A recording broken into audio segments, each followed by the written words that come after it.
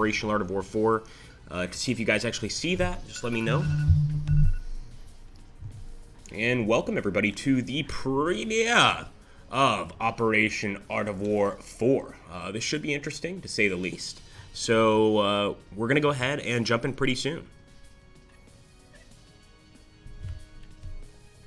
How's it going, Moonin? How's it going, Pix? Krupdrug, Deckman, Redster?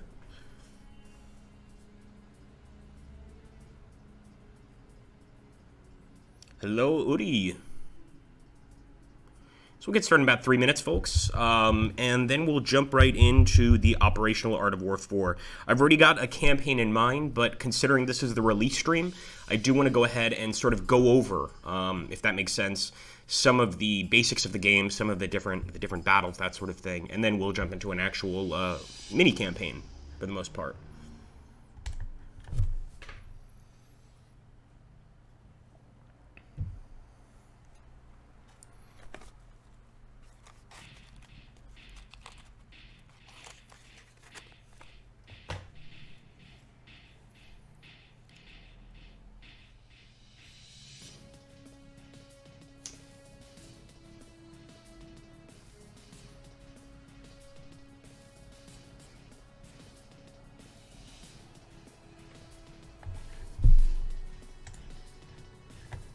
Yep, how did you know?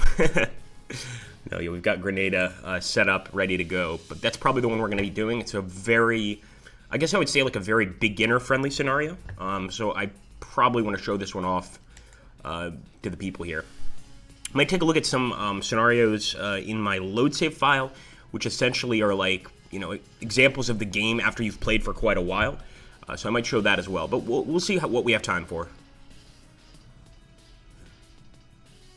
Howdy, Van. Good to see you, bud.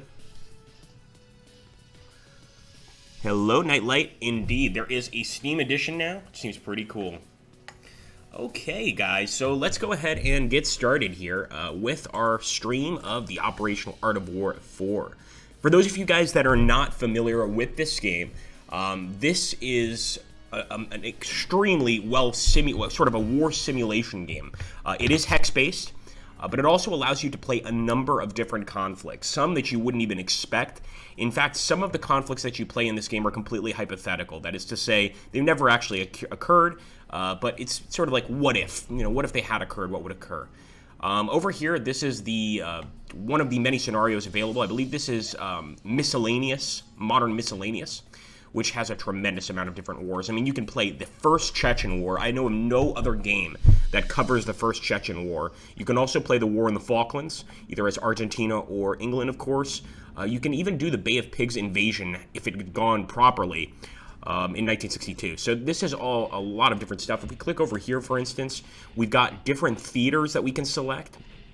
This is incredible. We've even got pre-World War I stuff. And specifically, there's a American Revolution one. There's also the Balkan conflicts, and of course the American Civil War, as well as of course Waterloo, all that fun stuff. So really, just the possibilities are endless here in terms of, you know, what scenario or what conflict you want to get involved with. If you're a World War I buff, you can always go into World War I. If you like World War II, you have every single theater of World War II. And you can do everything from tiny battles to long, protracted campaigns that literally take months. I have one on my channel for the French invasion of Indochina, or I should say the French Indochina War, because the French were, you know, there a few hundred years before that. But it's amazing. It's taken at least, I think I've been playing for maybe 6 months now. You know, admittedly, I do like 3 or 4 turns a week, but it's still taking a really long time. So, you know, depending on what you're looking for, it's all here. Now, what we're going to be playing today, just to simplify things, this is really the user scenario I find to be the easiest. So let's actually go back, and we're going to go to Modern Miscellaneous here. We're going to play Grenada. Now, one thing you want to make sure, there's some buttons down here, and we do have a video on the Slytherin channel that explains these buttons a little better, but essentially, this determines what side you're going to be playing as. So this is a hot seat playstyle right now, which means that if a friend was over, you know, I play my turn, he could play his turn, etc. But in this case, we just want to play as the U.S., so we're going to make sure that Grenada is the computer and that we are the U.S. forces. So let's jump right in and see what's waiting for us.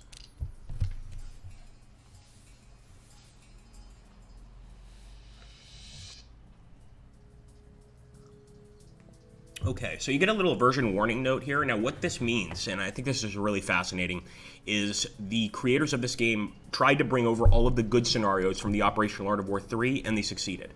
They didn't just want to abandon them when they were perfectly good and would work in this setting. You'll also notice that the map here is not covering the whole screen.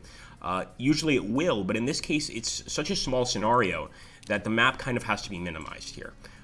As for the actual, I guess, like theater rules or theater operation level rules, whatever you want to call them, it depends on what map you're fighting on. So, on one map, one turn might equal a week. On another map, one turn might equal, half a day. So here we go, guys. We got a news summary. Operation Urgent Fury commences. U.S. Army commanders express concern about lack of recon. Another fun fact is the actual Grenadins. The Grenadins have Cuban support, and depending on how we sort of, depending on how we deal with them here, they may or may not bring that support in. So first thing I want to do is drop our boys off somewhere. I do want to get to the airport over here near Glenville, and Caligny also is an area I want to get. St. George, of course, the capital. But I think we'll drop over here near Goyave.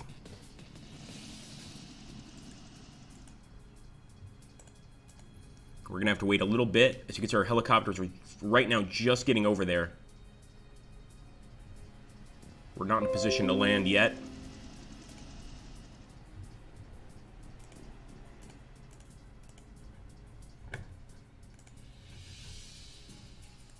We've also got some JSOC Rangers right here. Oh, that's weird. What happened to our beautiful forces? Okay, I guess we're going to have to do some air attacks first. That's odd, though, because I have done this before, and we were able to move out pretty quickly. Just making sure there's nothing wrong here. All right, fair enough. So we're just going to go for a straight-up air attack for now. Let's go ahead and we'll try to bring in guys as we can, but that is a little strange. Let me actually restart this scenario, guys. It's a little weird.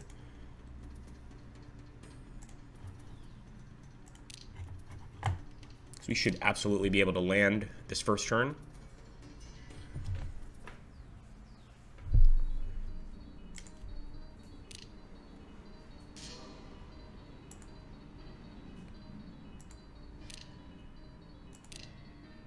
Alright, so again, basic theater operations. Now, if you guys saw those special weapons on occasionally, this is not true with, I would say, most of the scenarios, but occasionally you will find a scenario where you actually have, sort of weapons of mass destruction.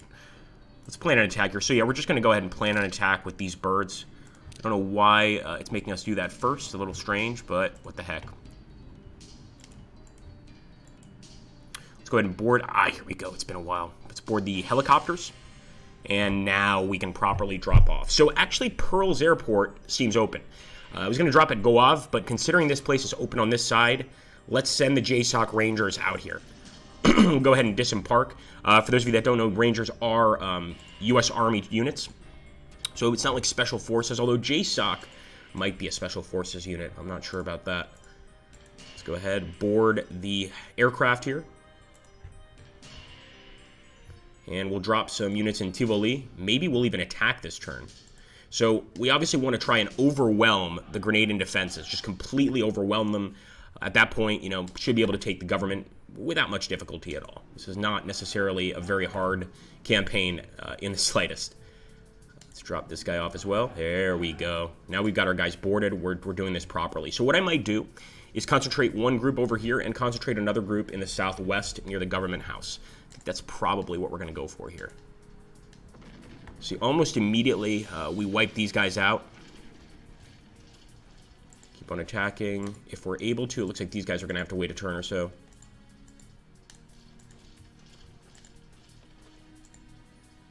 All right, we'll also get down to Glenville. If you guys see those numbers over the airport, etc., these are all victory points. So obviously taking these locations is going to be quite important.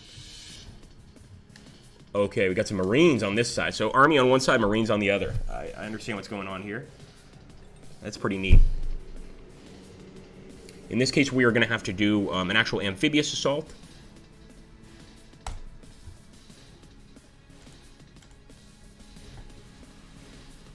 Okay, here we go.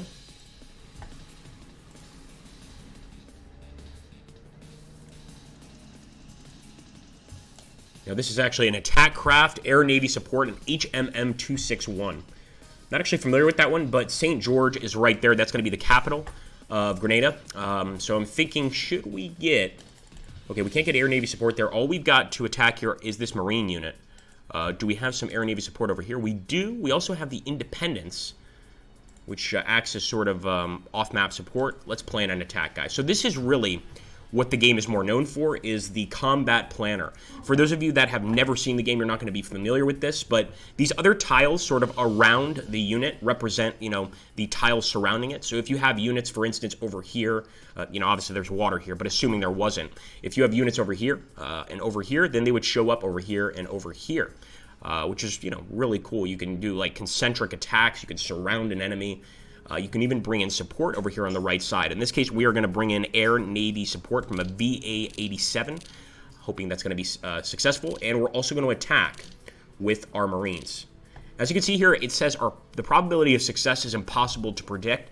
Often you'll get specifics, whether it's a good chance or a bad chance. In this case, we really don't know. So I'm just going to hope that our boys know what they're doing, and we're going to proceed. All right, boys. At this point, we will end the turn and turn it over to the Grenadans.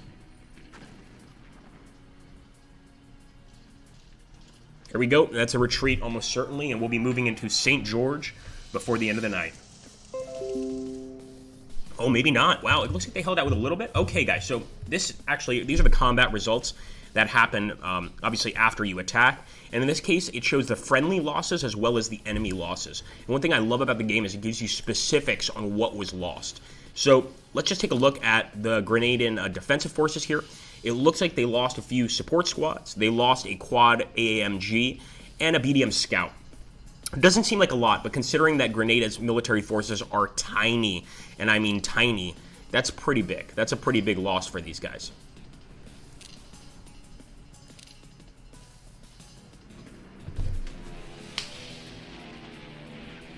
Okay, look at this. Ooh, Grenada's moving up. They've even got some actual armored cars here. Now, if you see those explosions happening, guys, what that is that something called AS. You can see it over here on the right side, air superiority.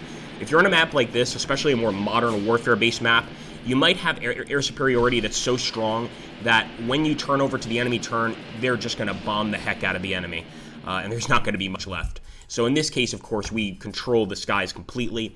But depending on what conflict you're fighting, it might not happen that easily. So for instance, if you're fighting in World War II, something like this, the air superiority is going to be a lot more equal, and you know, this is going to lead to some issues, obviously. All right, here we go, guys. U.S. Army commanders expressed concern about lack of recon.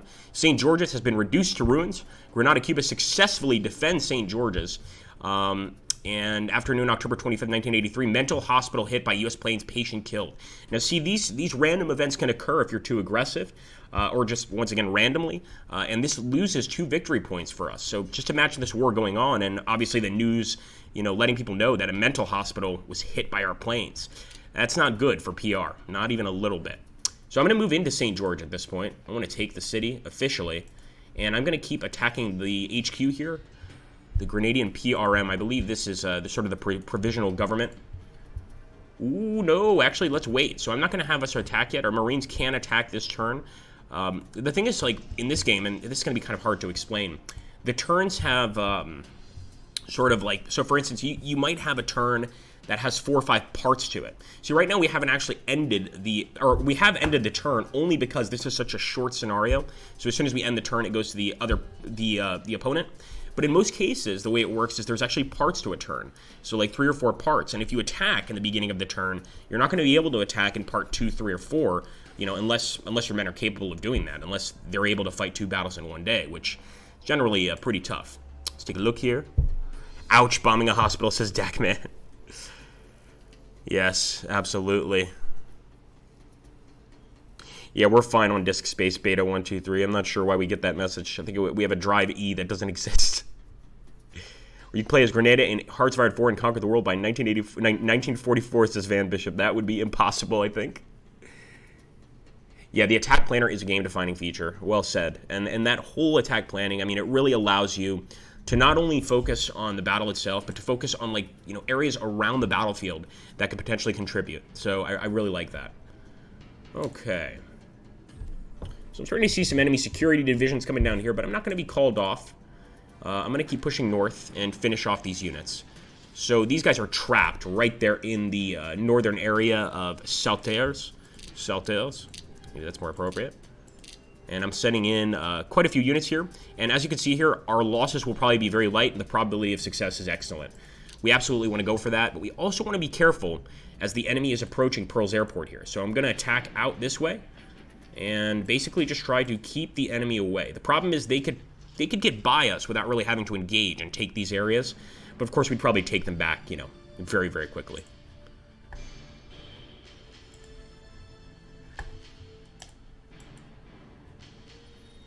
In fact, we'll drop some units here at the airport.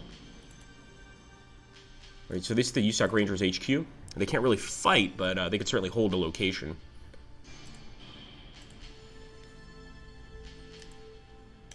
And, no, we don't want to do that. Let's cancel all attacks here.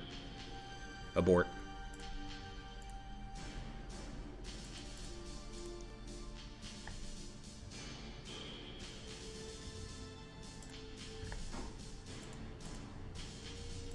Okay, I think we'll end the turn. Turn it over to Grenada. Let's take a look here. Neat picks. Mental hospital reminds me of that scene from Bridge Too Far, says Crib Drug. Yeah, maybe they got the idea from that. It's interesting. Okay, thank you. So somebody, so Pixel actually told us what that plane was. If anybody wants to take a look, he's got a link right there.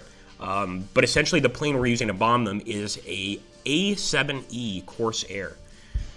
A nasty little bugger. Can definitely get the job done.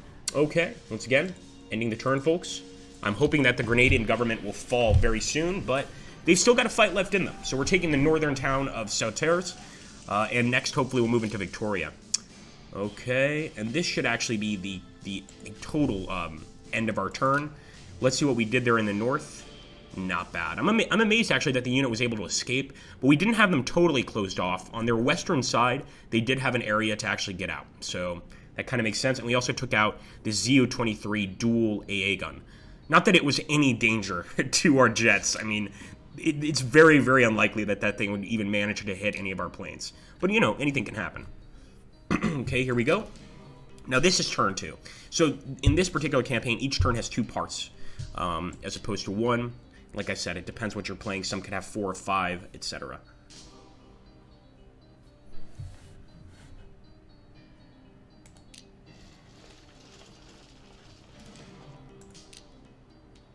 Yeah, no attacks by them at all, and not really surprising. Okay, afternoon, October. So we already did the mental hospital. Salters has been reduced to ruins. We've captured Salters, and night of October 25th, 1983, media requests better access to U.S. forces. We're losing victory points. We're apparently not giving the media good enough access. Although, considering that we're in a, sort of a fight here, what do they expect us to do, Here we go. Just want to try to finish off the enemy units in the north completely. And also get to Victoria at the same time, if we're able to make it. Hill 840. So I'm kind of just sweeping like a comb across the battlefield, if you don't see. Right here, just sweeping like a comb.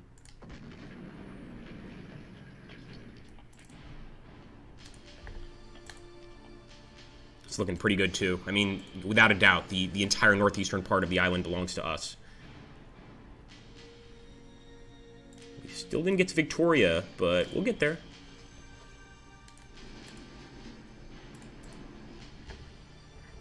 And actually over here is where I'm most concerned. We've got some Grenadian PRA troops, a mobile convoy.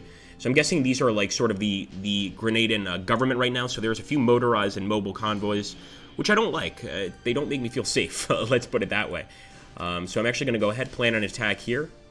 This one could be a lot closer than we'd like. The probability of success is poor if we just use one of these Marine divisions, but if we use both, it is excellent. So I'm going to move forward on that. And it looks like we also got some Marines here, some more Marines. Don't mind if I do. Yeah, let's head out with these guys.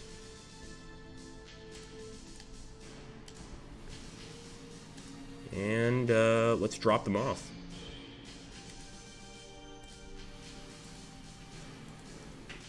Looks like we can't drop off there. It could just be too crowded on St. George. So we'll group move over here, and oh my goodness, we've got tanks, guys. This changes everything. We'll go ahead and start spreading out here, but yeah, these guys are in a lot of trouble.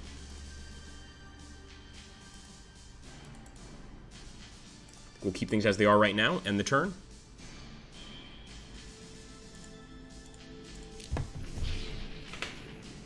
Giving fair warning to, you know, the Grenadian government. We're more than happy to take their surrender, but they've got to give up soon.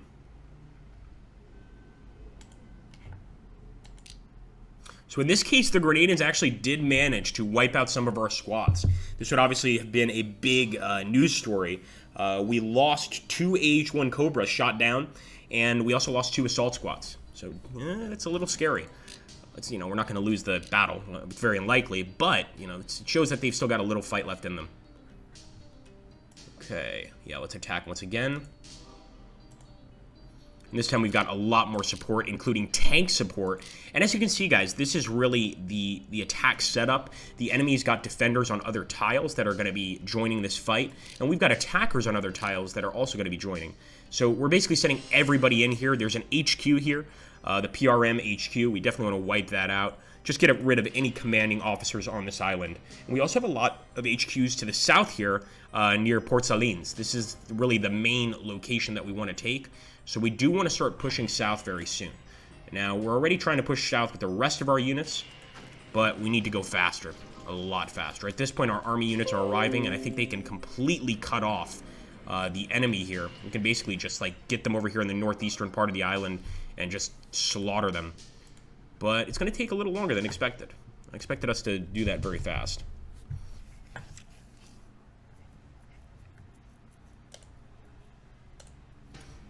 Okay, let's end that turn.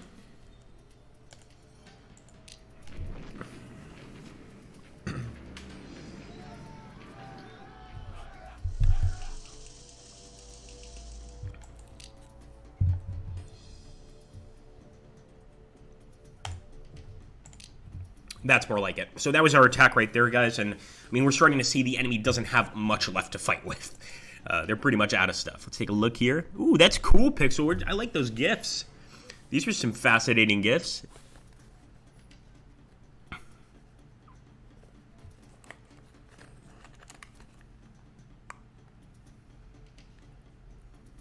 Make sure to take advantage of that, guys. A voucher for $10 voucher for any game that you like on the Slither Matrix store. It's a really good deal there. Is this 4.104? I believe it is. It's not a Steam copy of the game. As you guys know, the Steam copy is released today. This is the copy you would receive just standard from the actual company. Okay, let's see. Yeah, we're going to keep attacking, and this time we're definitely attacking to the south. Man, look at that unit stack. That could be a problem, guys. Success is poor. Success is poor. Success is poor even with the tank. My goodness. I'm not easily dissuaded, so I might attack either way. Again, when it says success is poor, it's just an assumption. It doesn't necessarily mean that success is going to be poor in the attack. So I could be court-martialed here, but I'm still going for it. We are going to follow through with that attack.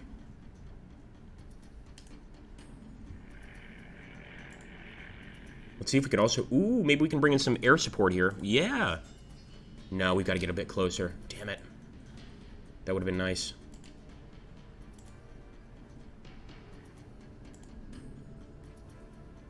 All right, here we go, guys.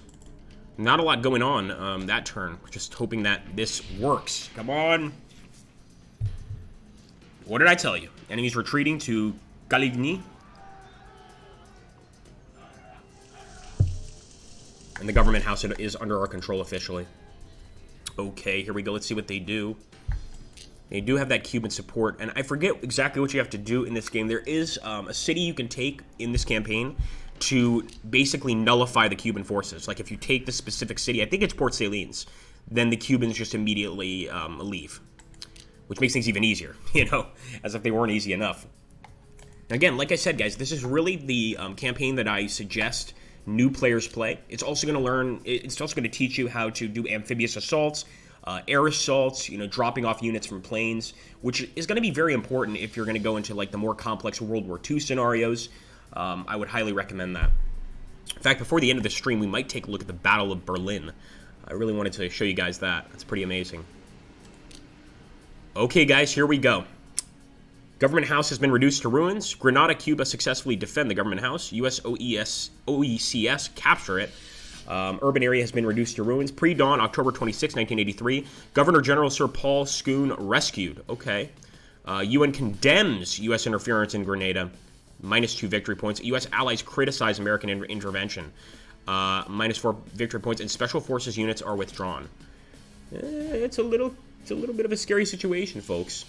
So here, this is the Governor General Schoon. Interesting. He's got his own unit. I don't remember that. We managed to save him, though, which I don't think I managed to do on other playthroughs here. So, nice. I'm going to attack with these guys. Try to keep Governor General Schoon well defended.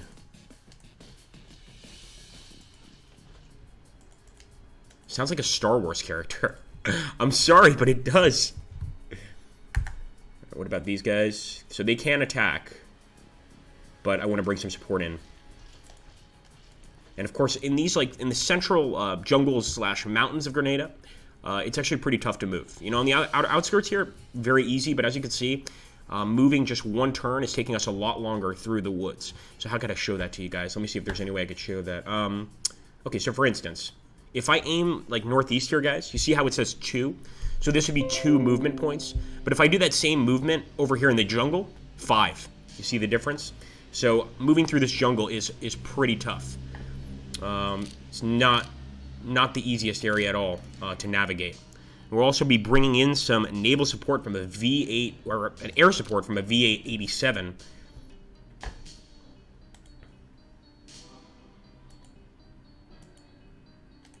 Nice.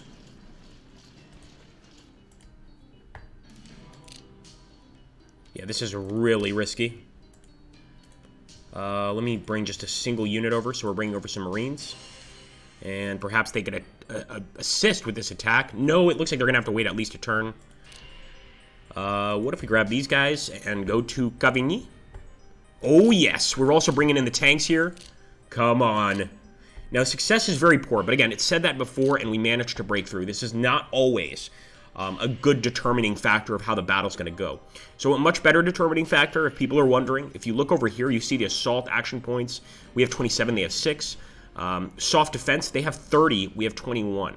So yeah, they actually have some pretty decent defense, and the odds here, minus 4,647 to 1, not good. We're still going through with it because we're not exactly playing this campaign to win 100%. Kind of playing because I want to make sure you guys get an idea of how the game, how it works, what you can expect. I still think we're going to win this one, but we could win it a lot faster. We're really taking our time. Okay, end the turn.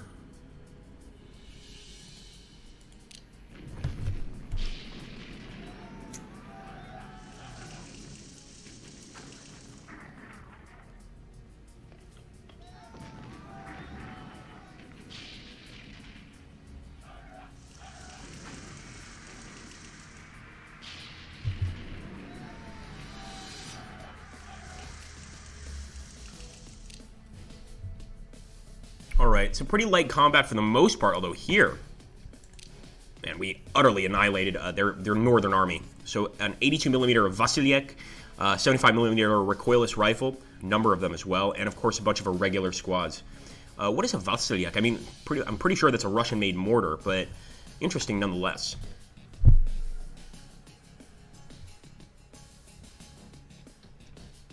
I haven't seen it, Heartbreak Ridge. Thank you for following us, RYLD Zentron, Real Zentron? That's tough. Ralph Tricky, AP Anti-Personnel, AT Anti-Tank. Thank you, Ralph Tricky. Van Bishop, that movie was markedly simple as gunny in several non-Anglo-Saxon countries. Okay. Oh, thank you, Nicholas. Automatic 82mm mortar. You guys know your weaponry, man. That sounds deadly. That sounds pretty dangerous. Let's see. Should we keep attacking? No. So they've left Goyav. But they've retaken the government house, which doesn't have much value to us once we save that guy. But then again, you know, we've got to keep on moving to Port Salines. I think that's going to be the most important area to take. So let's just keep on pushing. Plan an attack. Bring all the air support we can get here.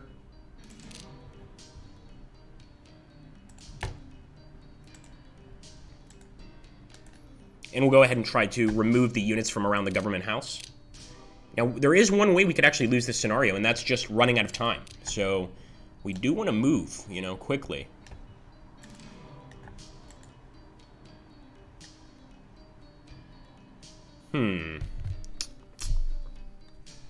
I'll bring these guys. Why not? Just add them to this attack on the government house. And I also want to keep some of these units open. So I'm going to leave our engineers out of this fight. Just because, you know, maybe we could use them to actually assist on the attack on Port Salines this turn. If we attack, they're not going to be able to attack again this turn. So I trust that our Marines can handle this situation. I mean, they're just dealing with 2 irregular forces and 1 infantry force. And quite frankly, the army that the Grenadans have, or the Grenadians have, is really pretty much an irregular force in itself. So, here we go. Or had. I should say had. Don't have it anymore. Okay. End the turn.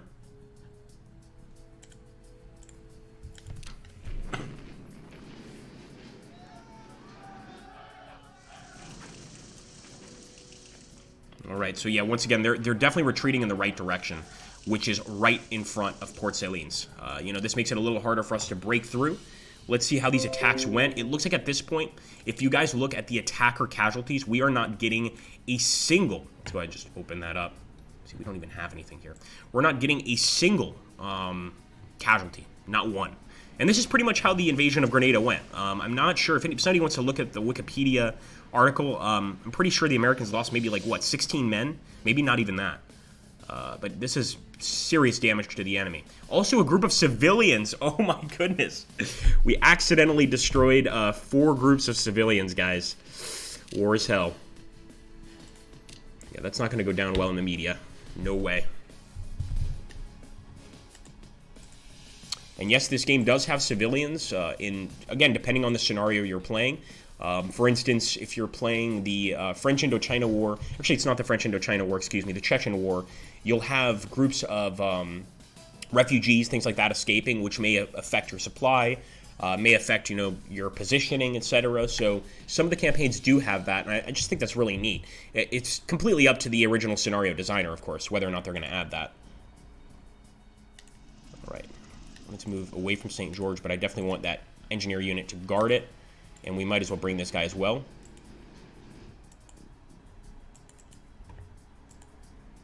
Fortunately, we won't be able to attack this turn.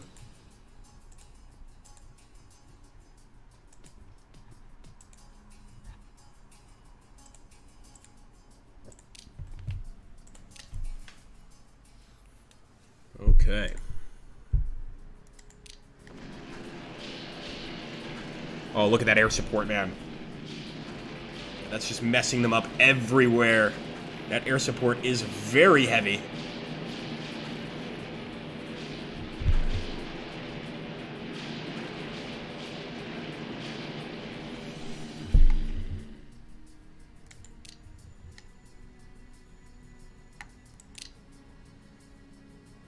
I'm going to see the news and see if it mentions that we managed to actually rescue that government functionary. Okay. So there we go. Governor General Sir Paul Scoon rescued. U.S. allies criticize American intervention. We've already been through this. Caligny has been reduced to ruins. I mean, we're destroying this country with every attack. I hate to say that. Students at True Blue Campus rescued. So that's +1 victory point. Other groups of students reported at GA and LAE. Students at Lanso Epine Campus rescued, +1. Students at the Blue Campus massacred, and students at Grand Anse Campus massacred. So basically, the Grenadian government was holding these students prisoner, and in 2 of the cases, unfortunately, they massacred them. We're not going to be getting any VP bonus for that at all, but we did manage to rescue 2 other groups. But yeah, man, that's rough. That's brutal stuff. Let's go. So you can see here the groups of students that are rescued. And let's keep on moving to Port Salines. This is really just one group of Marines, and we've taken it.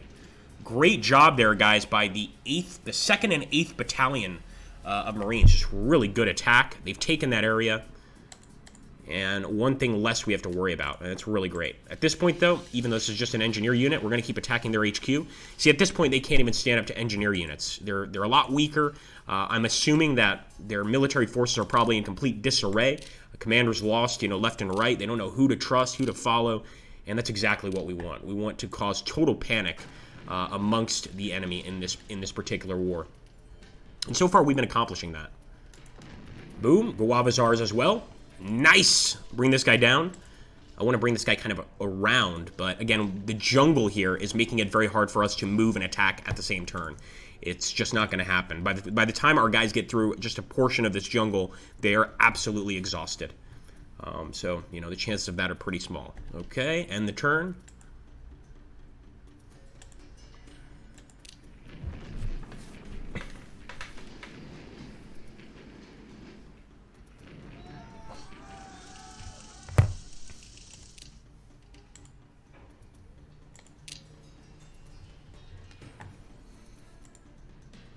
If I could attack, I would finish off that HQ, but it doesn't look like we can. Now, incredible, we can actually attack with our student group here.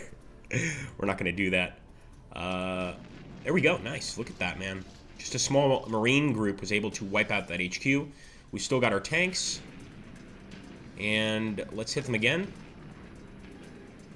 Move our tanks back here because I want them to defend our students from any enemy attacks. But look at that, man. We're just bullying this HQ. There we go. That is a dead enemy HQ. Captured the general, etc. Now, I'm not sure if it's their main headquarter unit, but it's certainly one of them. So that should help. I think probably the only region of the island where there exists some enemy defenses is over here in St. David's, sort of the southeastern portion of Grenada. They still have forces. But I think they're well aware that they're not going to win this one. Okay, end turn.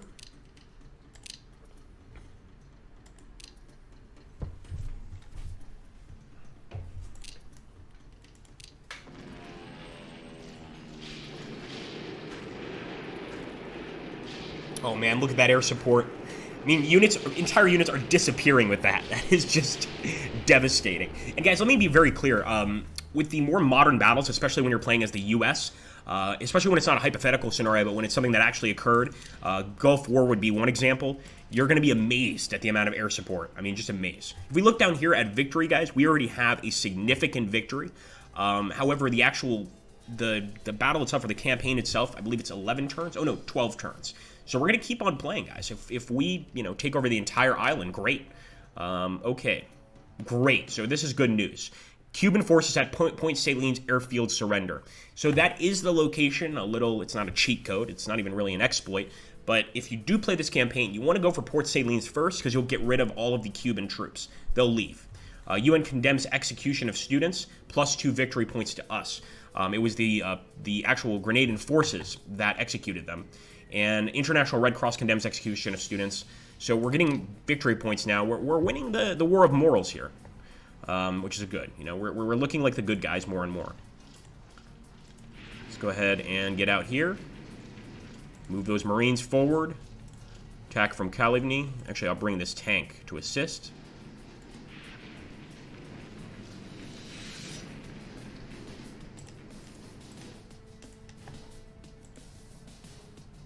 Yeah, at this point, we can really move into the island.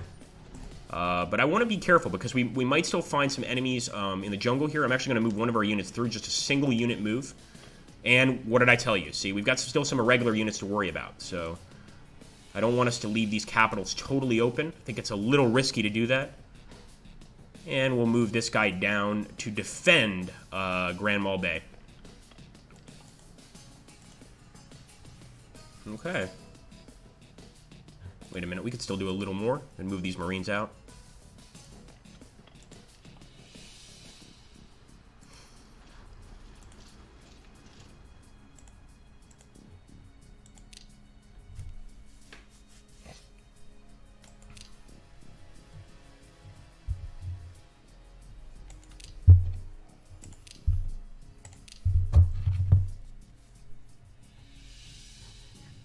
significant victory.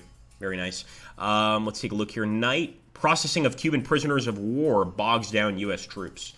Okay, so it's going to slow us down a bit, but considering the size of this island, it's a minuscule issue.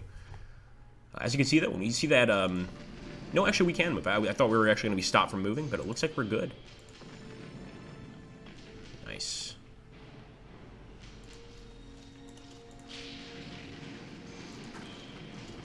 Look at that. The enemy has no idea what to do.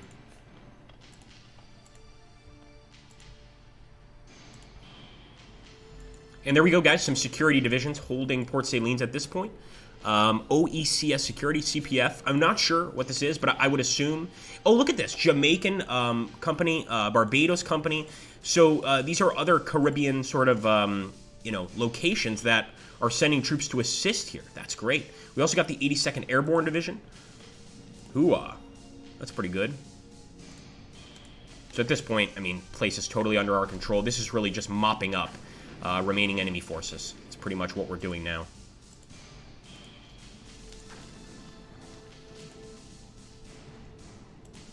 Let's take a look here at the chat.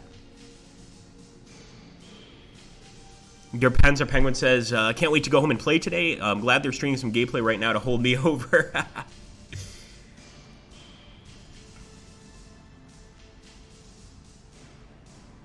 Interesting. We're having some discussions about Grenada here in the chat. I always like the discussions you guys have. Very cool stuff.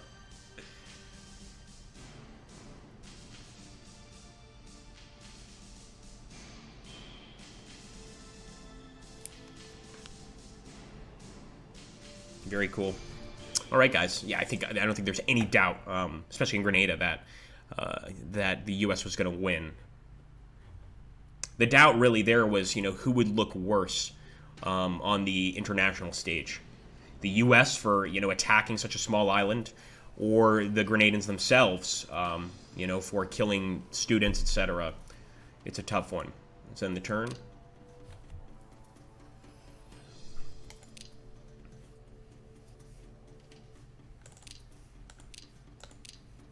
Okay. Media demands more access to U.S. forces. Once again, that cost us victory points. That actually got us from a significant victory to a regular victory. So we got to be careful, man. Like, sometimes the media itself can lose the war for you. Huh, that's weird. Can't seem to target any of my units. Maybe that's just part of this campaign. Let's end the turn. Oh. And we have done everything we need to, pretty much. It's a marginal defeat. But we can't have that. Not sure why. Ah, this is why. I made us also the Cuban / Grenadian player. So let me go to computer player. There we go. And now we just bomb the rest. And yes, U.S. OECS victory. So there was nothing left.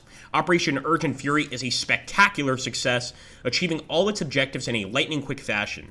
Thorough media coverage, beams the impressive American performance around the world, giving Havana and Moscow serious pause when considering new third world ventures. All right. So that's a victory right there, guys. You can also, of course, review the battle. You can do all that stuff. But what we're going to do now is head back out, begin a new game, and take a look at one of the other maps. Now, what would you guys like to see? Put in the comments down below. I'm going to go ahead and show you guys the different theaters we could focus on here. Just so many different theaters.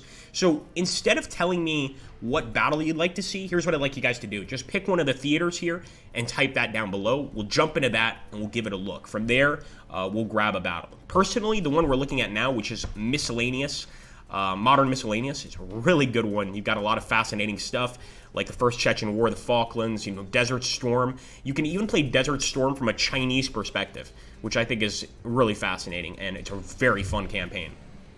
Take a look here. Wow, Lanzer has all versions of the game since the first came out. Man, it has been a long time. That's amazing.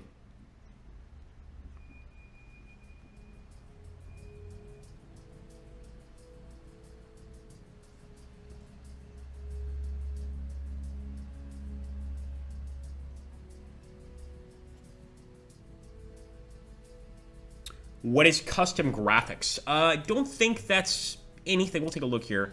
Well, maybe it is. I haven't really looked at this before. Ooh, interesting. All right, so let's take a look here. We've got the campaign for South Vietnam. So this is essentially you're not playing as the U.S. You're actually playing as ARVN. You do get U.S. initially, but in 1971 or 72, I believe they disappear. ARVN is in complete control against Vietnam. Fire in the East too. This is pretty fascinating stuff. And no, I'm not familiar with these. These are interesting. We could take a look if you guys want. Why not? As you can see here, if we're looking at the Forgotten Battles, Krakow of 1914, look at the different amounts of units within the Central Powers. The different NATO icons here. Huge. So, just for fun, I'm not going to play through this one, but I'll open it for fun. Russia computer. Let's play as the Central Powers. The Kaiser.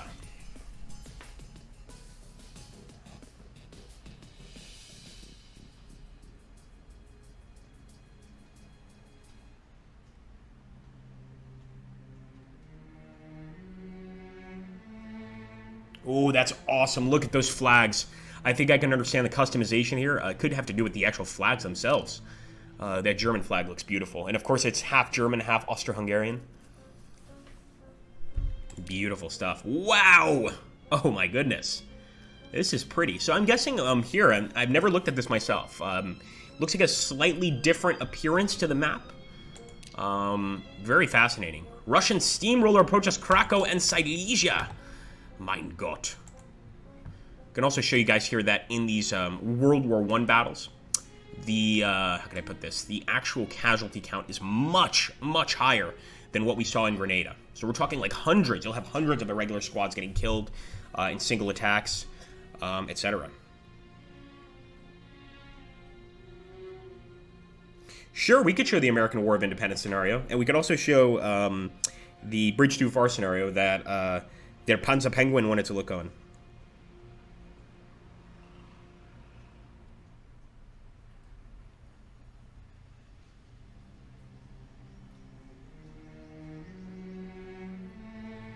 Thank you, Pixel. So Pixel is saying it's a different scenario model, but it's more or less the same scenario. In other words, there are other versions of this scenario available.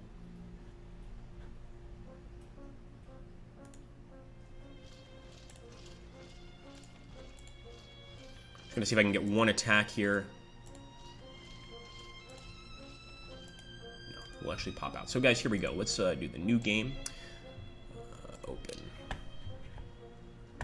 So this is the Bridge Too Far one. Of course, this is Holland, World War II. Agrippa B will be computer. So we'll be playing as the British in this case. Let's take a look and see what things are going to be like. Now, of course, another thing to keep in mind, depending on the era you're fighting in, you're going to have certain difficulties or certain, maybe some things will be easier. But, for instance, in World War II, sure, we've got air support, but you don't have the level of air support, for instance, that we just saw in Grenada. You can't just beat your enemy with 1 or 2 turns of air support. So, these are the kind of different things you have to consider. Okay.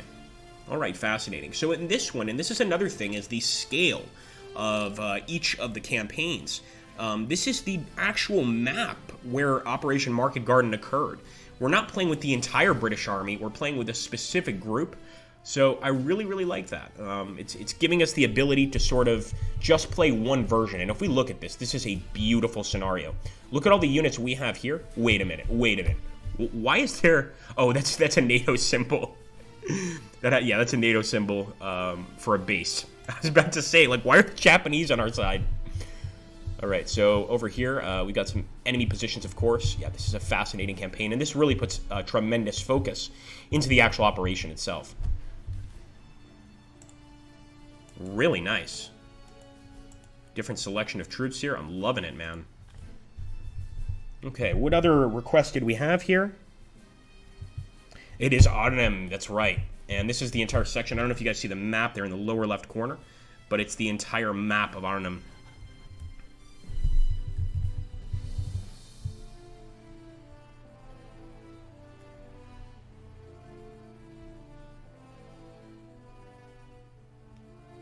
Goodalgin says the map graphics seem quite different from map to map. So that's a good point. These are custom graphics. You can also, guys, when you get this game, and I should have mentioned this before, but there is a very large community, that surrounds the Operational Art of War 4, and you can actually get different mods to change the look of your map. So you can actually get like slightly more detailed map, etc. Maybe some different NATO counters, that sort of thing. But in this case, this is an example of that. So this is a custom map. I like this one. I think it's pretty. I'm gonna go ahead and begin a new game though, and let's see. We had a few requests here. Let's see if I'll take a look. What other requests did we have for battles, for looking at battles? Let's see.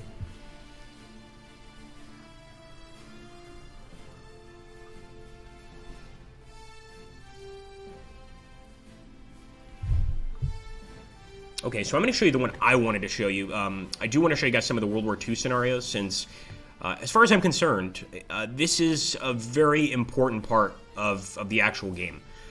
Is the World War II aspect. I mean, let's face it, most of the battles are World War II. Of course, you've got a tremendous amount of battles and campaigns that are in the future or in the past, etc. So what I wanted to find here, let's go. Now look at just all the battles we have here. And this is just the Eastern Front. So we go all the way from 41 onwards. But what I'm actually trying to find, and no, I think it might be in...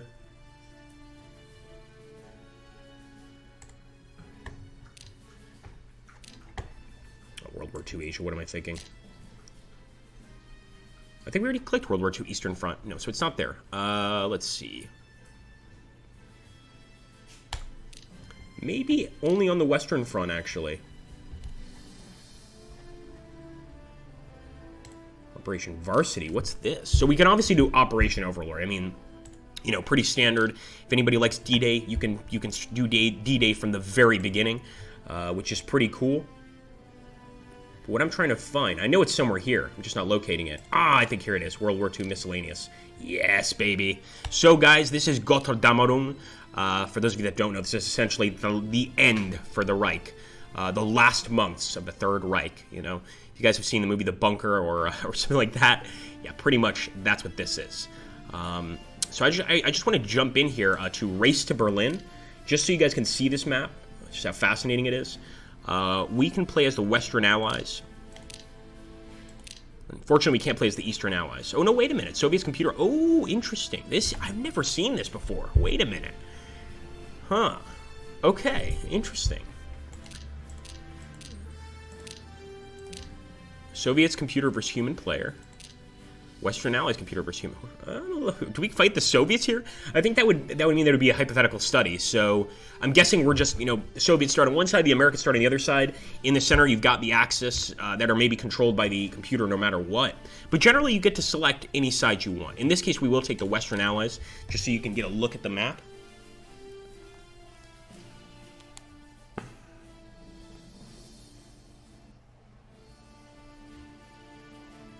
No worries, EXO. My pleasure. And yeah, I guess that's how they set it up. So this is really interesting, guys.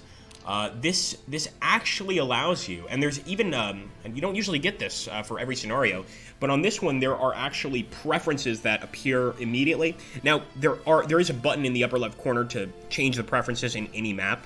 You can absolutely do that, but this one it seems to be suggesting that you do change the preferences. For now, I'm going to go ahead and just kind of skip that, but that's so cool, man. So you've got one side as the Russians here, and then you've got the other side as the Americans, and right in the middle, of course, they're split to avoid any sort of combat between them. And yeah, we've got the Germans, man, all over the place. All over. All right, that's pretty neat. I like that, man. Let's just go ahead and do some quick attacks here. Human wave attacks, of course. We've got so many reserve units. Of course, the Germans still have those panzers, the 7th Army, etc. All right, let's plan an attack.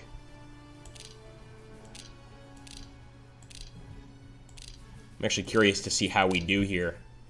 But obviously, the whole goal here is to try and beat the American player in reaching Berlin if you're playing as the Soviets. And if you're playing as the Western, or the American player, the Allied player, England, etc., a tremendous amount of countries involved. If you're playing as the Western Allies, then you have to reach Berlin before the Germans, or before the Soviets, I should say. And take it from the Germans, of course. It's an important part. But I think this is interesting because typically you don't have a scenario in this game where you can't select a certain side. And here they've done that, so you cannot play as the Germans. That's just not going to happen.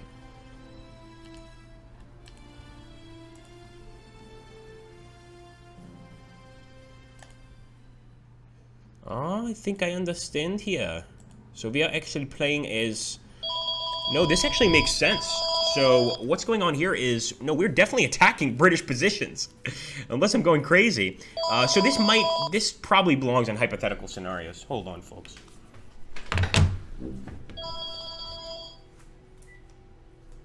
Alright, it's frustrating when people call at this time, but there's nothing we can do. No! No! Streaming, call you right back. Alright, let's see. Yeah, that's interesting, man. That's definitely interesting. So this should definitely be a hypothetical scenario here. Fascinating, nonetheless. Alright, guys, do we have anybody else that would like to take a look at a specific scenario?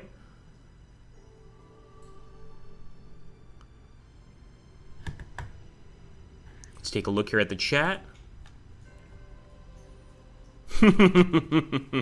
No way to talk to your mother, says Corrupt Truck.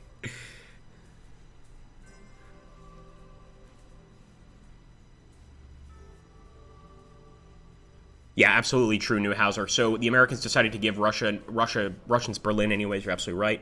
Barbarossa. I think I'm going to agree with Corrupt Drug on this one. We've got so many games with World War II that I think I'll go ahead and we'll take a look at one of the modern campaigns. We already took a look at one of them, of course, but let's go over here and let's jump into modern Middle East. Now, this is pretty awesome stuff. So, if you guys are familiar with the war in the Sinai and things like this, like the wars between Israel and many other Middle Eastern nations, you can find just about every single one of them here. We can also do Operation Desert Storm, and the reason I'm not going to show you Operation Desert Storm right here is, quite frankly, because the air support that the U.S. gets in this fight is so dramatic, okay, that pretty much what you have is, and this actually occurred during the actual Gulf War, you had a massive line of Iraqi tanks waiting in the desert for the Americans to arrive. During that battle, you get air support, you start bombarding the enemy, and almost that entire line of frontal tanks just disappears. What I am going to take a look at is the Iran-Iraq War, 1984, guys. This is fascinating. We'll be playing as Iran here. But of course, this is a conflict I have not seen covered anywhere else. And if you're talking about controversial conflicts, this is one of those games that doesn't shy away from them. This is also one of the maps. Remember I told you guys about the chemical weapons? You can absolutely get that in this map. You can get chemical weapons. So, as you can see here, you see that sort of nuclear, the radioactive symbol. You don't want your units going over there for obvious reasons. Now, I'm not sure, I've never actually played this campaign in its entirety. I'm not sure if you can launch chemical attacks yourself, but I'm sure it's probably a possibility. So this could be like post-chemical weapon use, because if you take a look here, our forces are not using chemical weapons, enemy forces are not using chemical weapons. If they were, if you did have tear gas, mustard gas, etc., this would of course be different. You'd have a different answer here. All right, Operation Dawn 5 has begun, has commenced. And of course, we have a lot of Pastaran divisions. These are pretty much sort of religious fundamentalists. It's hard to explain the conflict perfectly. We've also got Bastis, which again, religious fundamentalists fighting. Basically, they put a rag on their head, and I'm being quite serious. There's a rag. I forget what the saying on the rag is. But essentially, they know they're going to die. These guys would go into the oil fields or attack the oil fields, with very little experience. And they would cause dramatic casualties to the Iraqi forces. Of course, they would lose a lot of people themselves, but they thought they were doing this all for a good reason, that they were martyrs, essentially. But the conflict is best explained, I think, as, forget Sunni and Shia Islam, I think it's best explained as a dictatorship like Saddam Hussein's against a more fundamentalist Islamic state like Iran. And these two came into conflict, from what I understand. And of course, Iran and Iraq have never really liked each other. since their existence. All right, let's end the turn and see what the Iraqis can do. Let's actually take a look deeper into the country here. So you can see, man, they've got a tremendous amount of stuff. Obviously, we can't see everything. First of all, our air support is pretty much non-existent. So we're relying entirely on what we can see from the front lines. Okay, let's end the turn.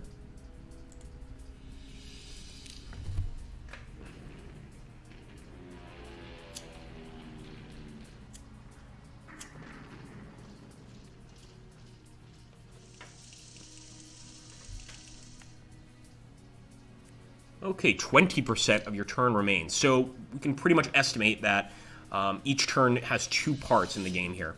Wow, okay. So Iran has attacked. That's us. Okay, we did some damage to the Iraqis. Look at that. I mean, we actually, we ran across the field, so we actually managed to take out some trucks. Kind of pathetic. A few assault squads, heavy machine guns. Let's see how we did. Oh, my goodness. Oh, my goodness. So just look at that, guys. Essentially, every single engineer squad got killed. The ferry bridging teams, most of them got killed. The trucks, most of them were destroyed. It's pretty much like the real Iran-Iraq War. I mean, just utter bloodshed. This is definitely one of those modern conflicts that I feel isn't discussed almost at all. But, I mean, the casualty count during this war was just incredible. If somebody wants to go ahead and take a look at the casualty count via Wikipedia, please make sure to do that. And you'll see that both sides lost just countless numbers of men. Let's take a look here at the chat. Yeah, absolutely, Hedge. Iran did have U.S. weaponry. Although, actually, I'm going to disagree with you on that. I believe both sides received U.S. weaponry because, of course, when the Shah was overthrown in Iran, the U.S. supported Iraq for a time being. The U.S. was not always enemies with Iraq. Human wave attacks, exactly, Newhauser. Yep. Paramilitary volunteer units. Hedge said it perfectly. That's exactly what the Basjis are. So if you take a look at the Iranian army, you have to give them respect on one account. This was shortly after a revolution. They didn't exactly have a proper army. Of course, they had proper army units, but not as good as compared to Iraq at the time. And so, these irregulars, you could almost say, saved Iran from destruction. Really did, man.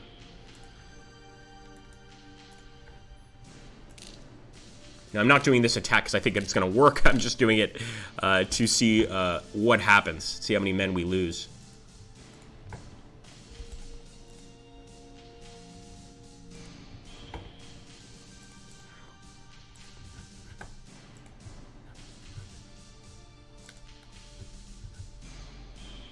Yeah, we'll end the turn there.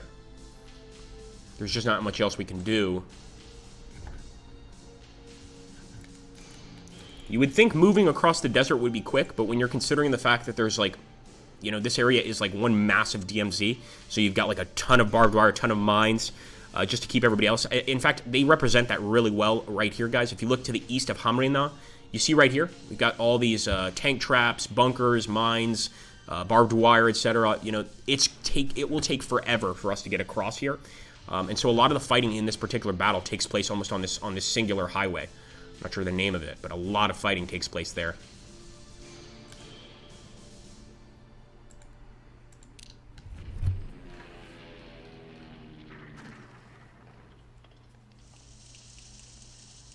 All right, turning it over to Iraq. And I think they're going to be a lot luckier, but we'll just take a look once again. Oh, man. Yeah, it's rough. The Basjis are doing the best they can.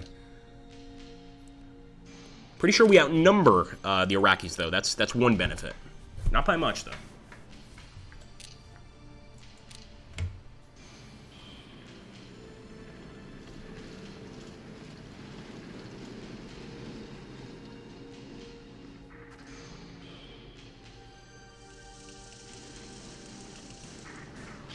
Oh boy, they've got some armored units. That's another thing the Basjis would do. This also actually happened, though, with the Red Army. It's not necessarily a religious thing, but the Basjis would, sacrifice themselves, take a mine, jump under an Iraqi tank, and boom, she's gone.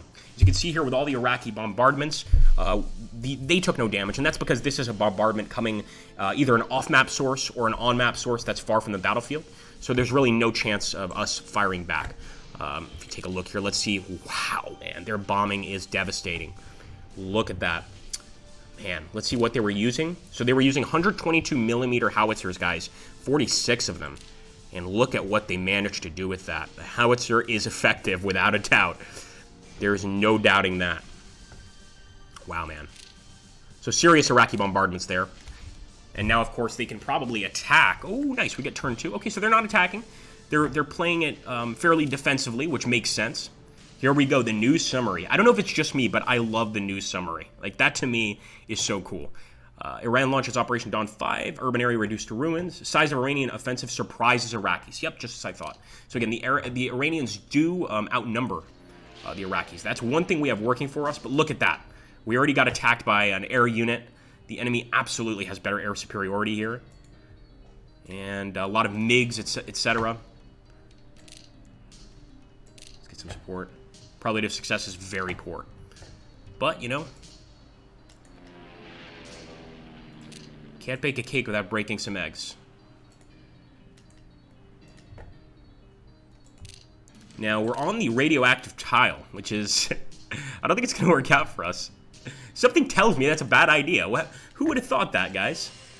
There's something bad about that radioactive tile. All right, we're going to get the Bashis just to do a full frontal human wave attack here, which is exactly what they did, you know, pretty much. Success is poor, but not very poor, which, you know, even if we manage to get through this attack, losing these groups, but heavily damaging their tank groups, I think that's pretty much a win, because if you look behind our Bashi units or our regulars, we've got some standard Pastaran divisions. You know, these are standard Iranian army divisions. So I think it makes sense to send the irregulars forward first, let them be cannon fodder, and then you move in with your regular army. That's pretty good, man. Take a look here at the chat.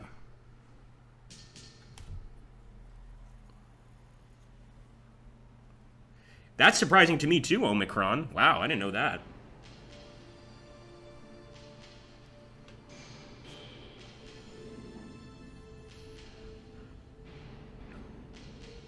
We've got so many people watching, man. Really glad. I want to just, first of all, thank you guys for stopping by and watching. Always fun to have you guys here.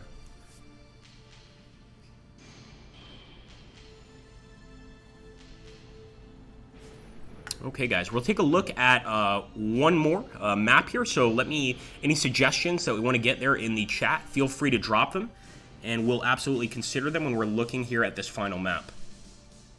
I don't want to show you guys everything in the game. You're going to have to purchase the game to discover the rest of the locations on your own. But let's see what you guys would like to see.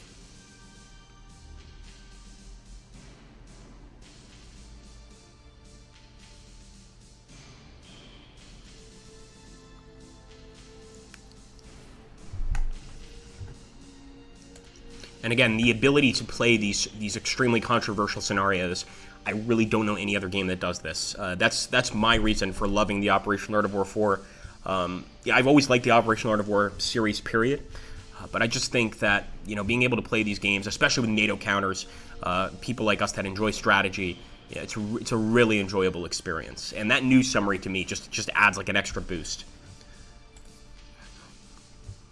Anything Soviet versus China, that's a good suggestion. Very good suggestion.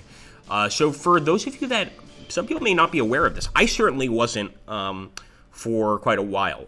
During the Chinese Cultural Revolution, or slightly after the Chinese Cultural Revolution, there were some engagements, some border wars. I can't really call them wars, more like border skirmishes between Soviet and Chinese troops. And you might ask yourself, like, why is that? I mean, they're both communist countries, the Soviet Union and Maoist China. But there's always been a sort of disagreement between Maoist communism and the more Stalinistic, or I guess you could say more Marxist-Leninist communism that is employed by the Soviet Union. And they would definitely get into conflicts. Usually not something you'd see on the news, of course, but it would happen. Let's go to modern Asia right here. Russo-China. There we go. So this one actually takes place in the year 2000. The actual border wars, I think, took place in, 1965, 1970, stuff like that. Like right here, the Sino-Soviet War. This is in 1969. East is red. And this is a hypothetical attack by the Soviet Union against Chinese forces. So this is basically if the border conflicts had developed into a full-scale war. So we'll jump into that. I want to be playing as The Chinese side. Soviet computer. Yes. Let's take a look. But these border conflicts could certainly have escalated into a massive war, you know, between China and the Soviet Union. I think ultimately it probably didn't, because they understood that, you know, if they went to war with each other, that would make sort of the Western nations very happy. You know, the enemy of my enemy is my friend, and when both my enemies are attacking each other, that's a good thing. Oh, look at that, man. Wow. Oh, my goodness. Beautiful map. Absolutely beautiful. And this area, of course, in between China and the Soviet Union, might be one of the most remote areas in the world. It's you know, very remote.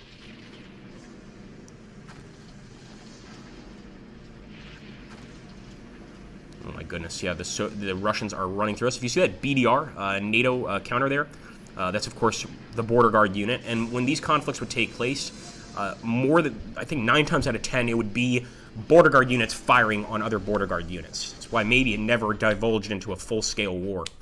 But, you know, just basically taking pot shots at each other.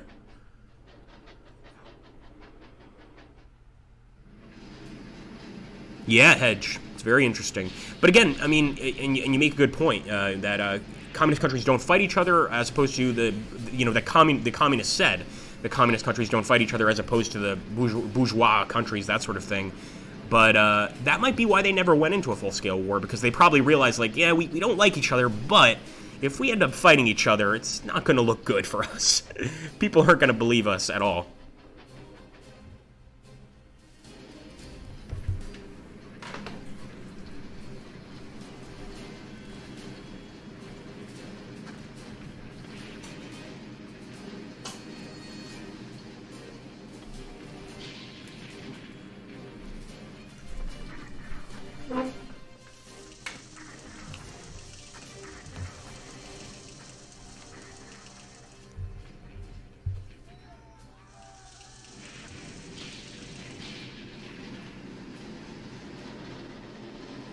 Yeah, then we'll actually, I said this was going to be the last one, but I'll show you one more, because somebody mentioned something quite interesting here. So I should mention, there's also pre-World War I scenarios. One of those, I think my American friends will like this, is the War of Independence, the American War of Independence, 1776, but, or actually started in 1775, if I'm not mistaken, but I believe it's just one battle, if I'm not mistaken. It's not the entire War of Independence. It's not Bunker Hill, but it's one of those battles. But, you know, it's pretty cool. I mean, I don't know of any other game, again, that does the American Revolution. So I think it's definitely something to take a look at. But that's not what we're going to take a look at right here. I've actually got another idea here from something somebody posted.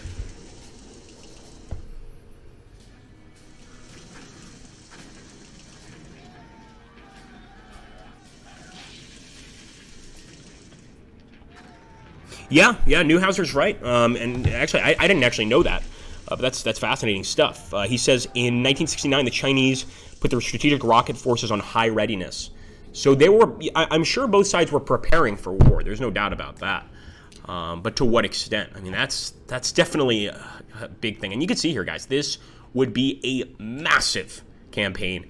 We spoke initially about how some of these campaigns can really take weeks, months, you know, depending on how long you're playing, of course, but just look at that. And that's one thing about this game. When you purchase this game, guys, you are getting your money's worth.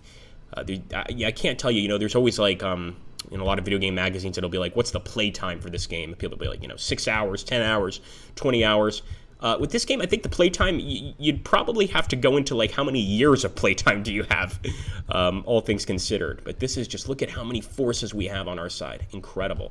And of course, we've eventually got to make contact with the Soviets, excuse me. It's really, really cool stuff there. I love it. Okay, so I wanted to show you guys one thing. I think this is really neat. Now, I've never played this campaign, just because it's too long. But one campaign I find fascinating is if we go, first of all, Korean War, guys, another war that you can play, not available in any other game that I know of. Also, the Sino-Soviet War, one we just looked at, another battle that I'm really, or campaign I'm not familiar at all. Let's see. Is it Hypothetical Studies? I think it might be. No, it's not this one. It's going to be Modern Miscellaneous. I think so. U.S. Civil War 2008. So I guess this is like a sort of hypothetical scenario if the Democrats and the Republicans were to have an all-out war, everybody taking sides, etc. So let's go ahead and take a look here. So CSA and, of course, the Confederate States of America have risen up again in the South, and the USA in the North. That's pretty interesting. So let me just, I've never actually looked at this map. I've just read the explanation here on the right side. So this is really cool, guys. You know, just like each scenario is created by an individual, these explanations are also created by an individual. So some of them are lacking in like a story, information, and just have like the very basics up here. But this one gives you an idea of the significant events and the background of the war itself. So there's sort of like lore inside of the game, which I think is really cool, and you know, gives you a reason to take an interest in the actual battle. We're not going to read the entire lore right now. You guys can do that when you purchase the game. Just wanted to let you guys know that it was there. All right, Kansas City. My goodness.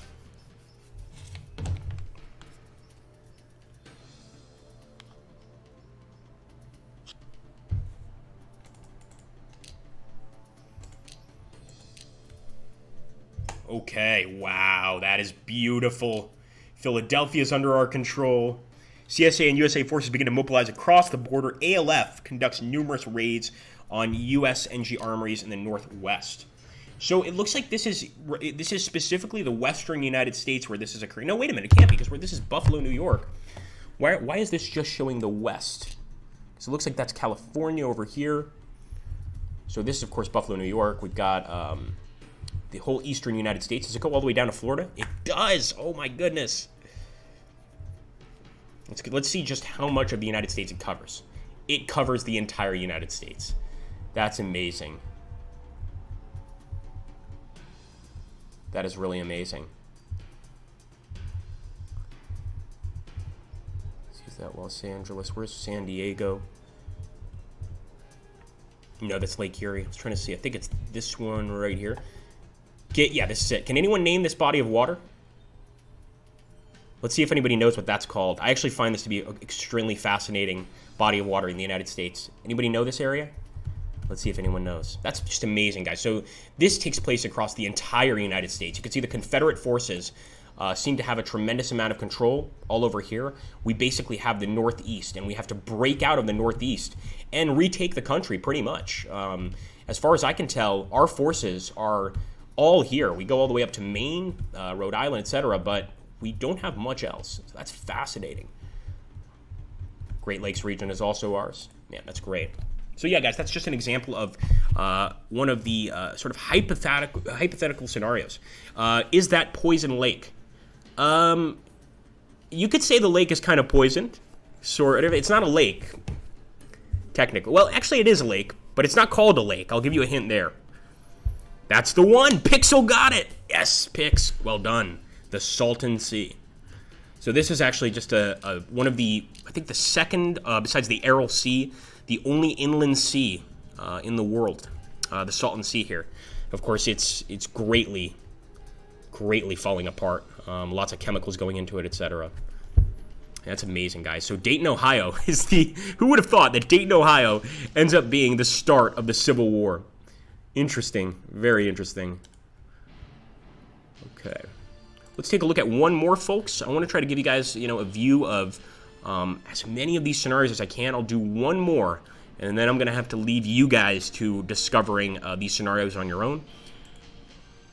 Let's open a new game.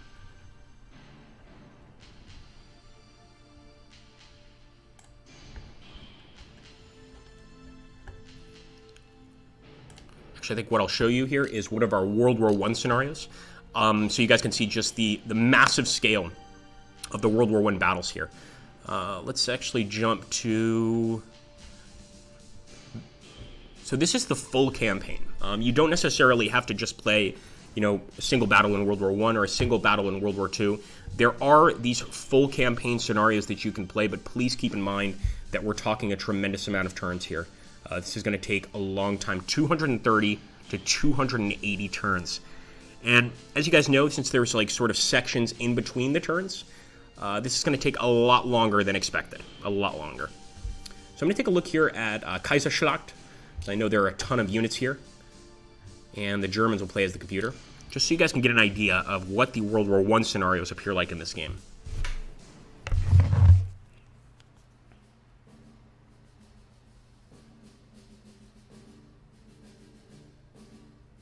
Is there anything from the Middle Ages, asked Frere Oakenshields? Unfortunately, there's not. I think the earliest is the American Revolution. There's nothing from the Middle Ages. By the way, this also perfectly, as you guys can see here, perfectly, the graphics just show exactly what the trenches were like. You can just see so many lines of trenches and barbed wire here. It would be an absolute nightmare to try and get through all this. So it just perfectly sort of resembles World War I, you know, from like a bird's eye view, or I guess more on a tactical map, in the general's headquarters.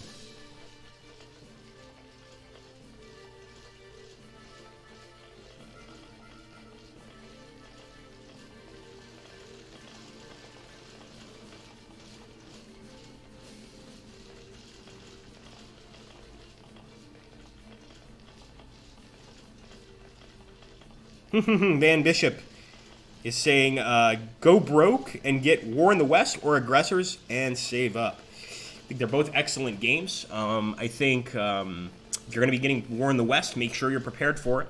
It's got, you know, it's extremely detailed, and it's going to be probably more detailed than most World War II games you play. But be careful, man. It's tough. Make sure you know what you're doing. I think Aggressors is a little more user-friendly, but they're both great games.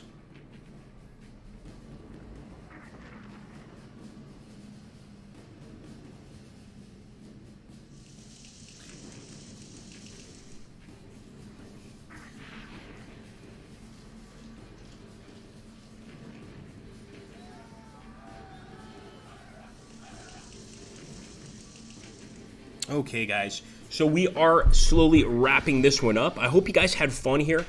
Really just trying to, you know, share the love that is the Operational Art of War 4 with you guys. I hope you guys enjoyed, and now that this game is on Steam, I mean, I think that's great. Maybe finally there's an opportunity to sort of bring more people in to Grand Strategy, maybe people that aren't as familiar with it. I think it's going to be really fascinating to see maybe players, unlike you guys, that aren't familiar with these more niche games, to get involved. I would love it. I think that would just be great. As you can see, even this turn could take a while. This could actually take quite a while, this turn. And by the way, I pride myself on knowing my NATO symbols, but what is that one? What is that NATO symbol? I've never seen that. See if anybody knows what it is. Any ex-military should probably be able to tell us what that is. Let's take a look here. Yeah, and of course, please do join me there, guys, on my Twitch channel. Of course, I stream here for Slytherin in an independent capacity, but most of the time I'm over on Agrippa Maxentius Twitch or Agrippa Maxentius YouTube, which you guys, of course, can locate pretty easily. Just click my name, and you can subscribe. No worries, Kami-Star. I hope you enjoyed, mate. Ah, okay, that makes sense, Kami-Star. So this is a new NATO symbol. Yeah, maybe something that I'm not so familiar with. Okay, Ralph Tricky says 99% sure it's a bridge engineer. Interesting, because I know bridging, like I know what a bridging team looks like. It has a specific look to it, but the bridge engineer, that must be something a little bit different. Interesting.